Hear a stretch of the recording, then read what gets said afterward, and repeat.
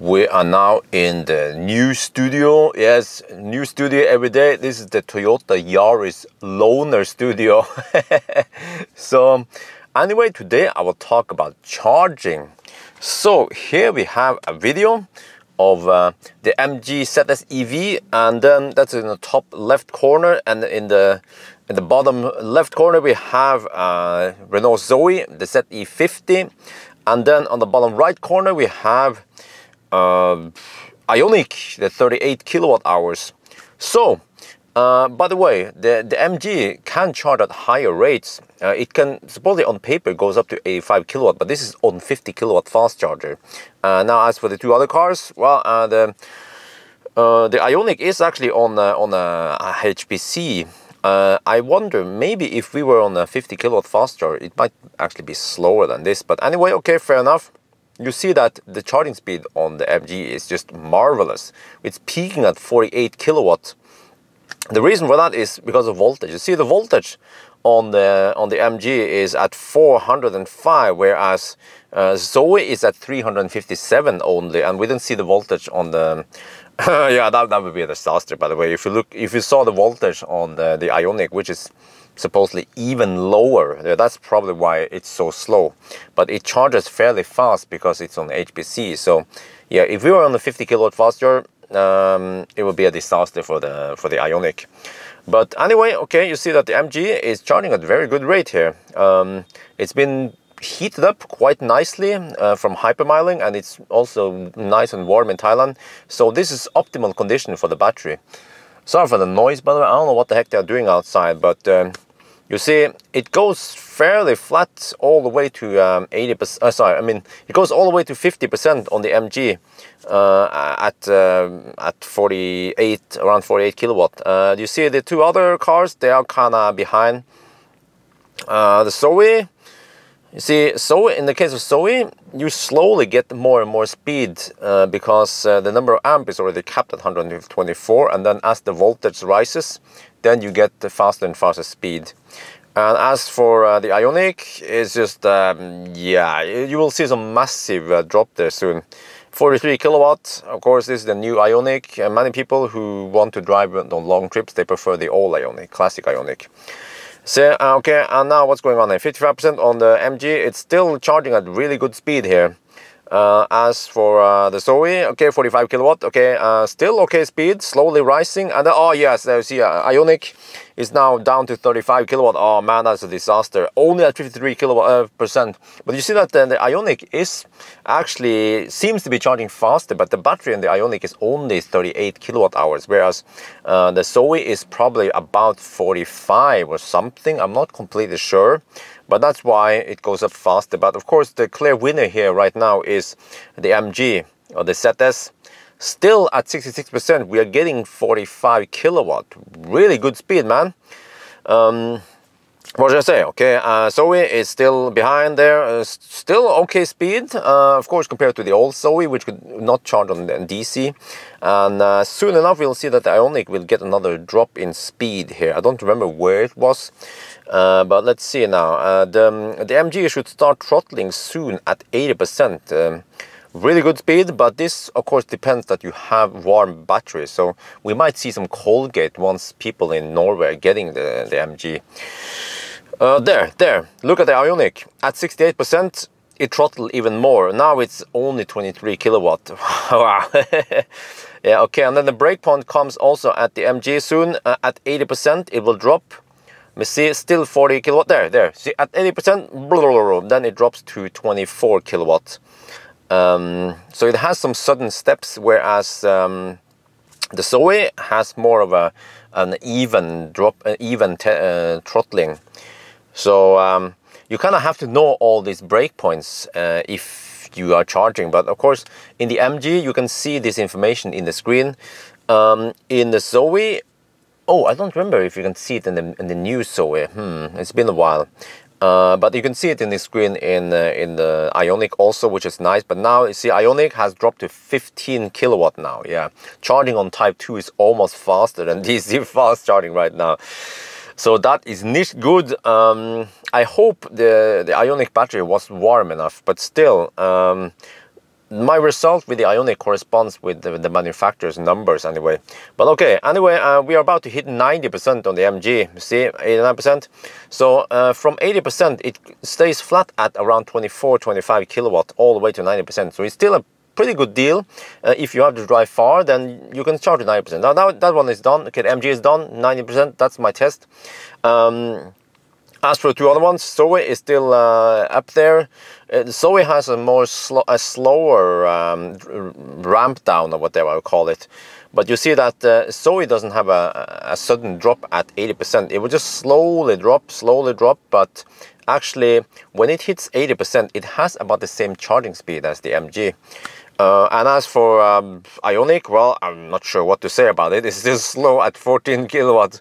But surprisingly, you see that these cars, they have similar sized battery, and you can say that, okay, why did I mention Ioniq in this comparison? Well, because Ioniq is still the most efficient car of them all, and actually you can, in this case, you can compare these three cars state of charge. They should be more or less the same when you look at number of kilometers. You know what I mean? So 85% in the Ioniq corresponds to 85% on the Zoe, or 85% on the MG. Yeah. So right now these two are just struggling to finish. Yeah, we're just waiting for it. You see that it will take more than an hour. So how they put this, that most people, when they drive on long trips, they will probably stop for about, from my experience, they will stop for half an hour to 45 minutes. That will include food break, restroom break, and chill, check Facebook or whatever. Then within about half an hour to 45 minutes, they are done, you know. So it means that at this point, if you want to go 90% for some reason, you kind of have to sit and wait. You know, you have to wait 20 minutes extra, maybe even 25 extra minutes to finish charging to 90%, or you have to leave earlier. But then, of course, you have less range. So that was the time lapse. And also, if you guys are interested, I also prepared a graph here. So here you see the charging power for each of these cars, and you see that the ZS has a very nice and flat charging curve, because this is on 50 kilowatt. You know, it's somewhat capped. You can almost see that it would probably charge at 85 kilowatt or whatever, maybe up till 50% before it starts throttling. And as for the Zoe, like I mentioned, it has a more gentle one, and then Ioniq just drops like a rock eventually. So about, well, the Ioniq has okay charging speed up until about almost 70%, about 67% or something. Then it drops, and then you should consider leaving, especially if you want to charge below. If you want to charge past 75%, then that's kind of waste of time. Then you're just better off leaving and charging at the next one.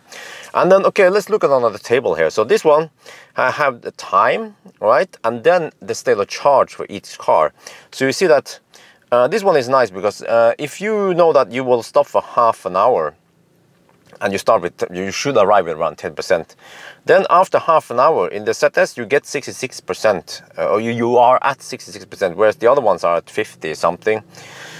If you want to go, let's say if you, for some reason, you stay longer, you stay for 45 minutes, then in the ZS, even at the 50 kilowatt fast charger, then you are close to 90%, whereas the other ones are still at 70 or something. I need to test again eventually with a faster charging on the ZS.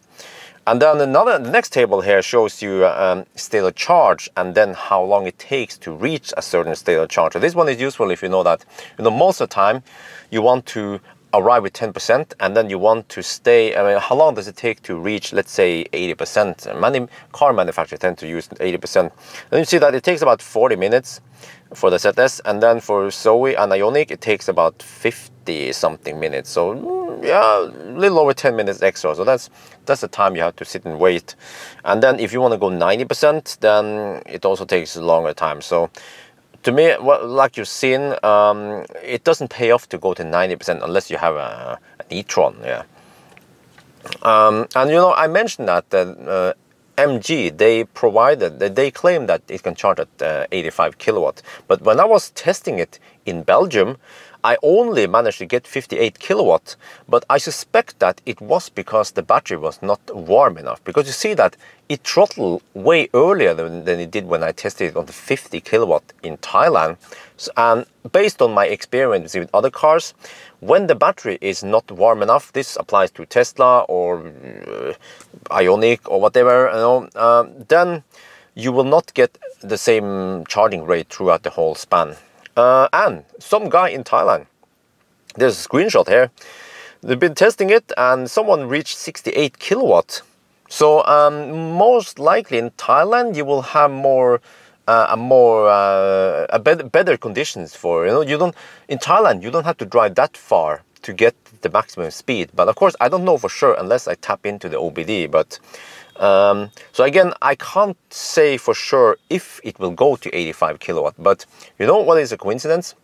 I-Pace goes to 85 kilowatt, and I-Pace has the high voltage, a higher voltage than the other EVs. So I suspect that 85 kilowatt is possible if we have a charging station which can deliver 200 amp. And I don't know if the charging station in Thailand supports up to 200 amp, because they say it's a 90 kilowatt charger or whatever. I'm not sure, but maybe that charger can only output 165 amp. Yeah, we don't know.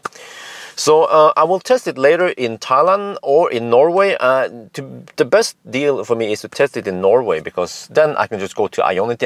I know that Ioniq can output 500 amp or more, So this is a little bit more than just charging video, because I should also mention the price, because the great news, the MG ZS EV is coming to Norway in January, and the price is the lowest on them all. Only starting price is 230,000 NOK, and then Zoe starts at 250,000 NOK, and then Ioniq is 283,000 NOK. So Ioniq used to be the great cheap deal here, but they are priced a little bit higher, and then this one is cheaper. The two other cars are less expensive, but of course in the Ioniq I still feel like it's the most premium of the three cars. But as for Zoe versus the MG, I feel like it's a little bit, in the Zoe you still don't get adaptive cruise control, which you get in the two other cars. And the MG, you can also get it with sunroof, and it has more space. But there is some other problems with the MG, which is safety. Because if you look here, we have a crash test from 2013 from Zoe. It gets 5-star, of course. And then Ioniq, same there, gets 5-star, yeah, as expected with modern European or, well, this is not a European car, but yeah. But then the MG ZS fossil car gets only 3-star. So that is a disaster, of course, in today's standard. Nowadays, you expect cars coming out to have at least 5-star, or the high 5-star rating. So this is kind of concerning. But of course, this is the fossil ZS.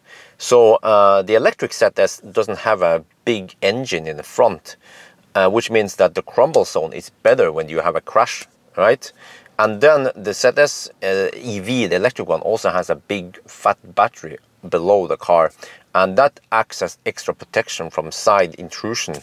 So of course we can hope that when they test, if they test the electric, then it should at least get 4 stars. But I don't think even the electric one gets 5 stars. So that is a downside, For Thai people, well, it's a bummer. Safety is of course important in every country, but in my opinion, I get the impression that Thai people, they don't care too much about safety. You're seeing people riding in the back of pickup trucks, And also, fortunately for us here in Chiang Mai, we don't drive too fast. The speeds around here is 40, I would say 40 to 80 kilometers per hour only.